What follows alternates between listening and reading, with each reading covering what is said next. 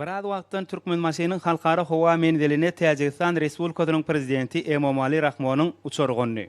Uçuryň ýanyna belint mertebeli mihmana milli däp desturlarymyza laýyklykda duw çörek ködüredildi. Türkmen halkynyň milli lideri Türkmenistanyň halk maslahatynyň başlygy Gahrman Arkadagymyz dostlukly ýurduň prezidentini mähirli garşylap, ony türkmen topragyna görýändigine ören şatlygyny aýtdy.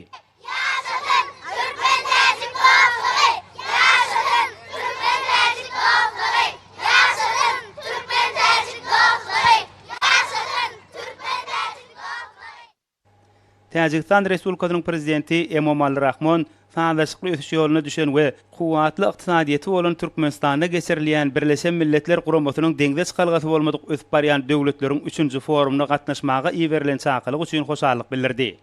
Hemde azaýyp ýurtda geçirilýän dünýä ähmiýetli maslahata gatnaşmagyň özü üçin uly mertebedigini aýtdy. Bellenilse ýaly häzirki döwürde iki ýurduň arasyndaky gatnaşyklar iki taraplaýyn we köp taraplaýyn esasda ösürilýär.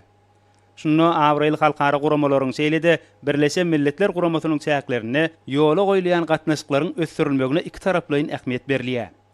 Şeýlede bu ýerde Birleşen Milletler Guramasynyň deňde çykalgasy bolmadyk ösüp barýan döwletler boýunça 3-nji maslahatynyň iýisine üstünlük arzu edildi. Şeýlede forumyň dowamyna gazanylajak ýalaşyklaryň oňa gatnaşyjy ýurtlaryň ykdysadyetleriniň kuwatlanmagyna oňyn täsirini ýetirjekdigine ynam bildirildi.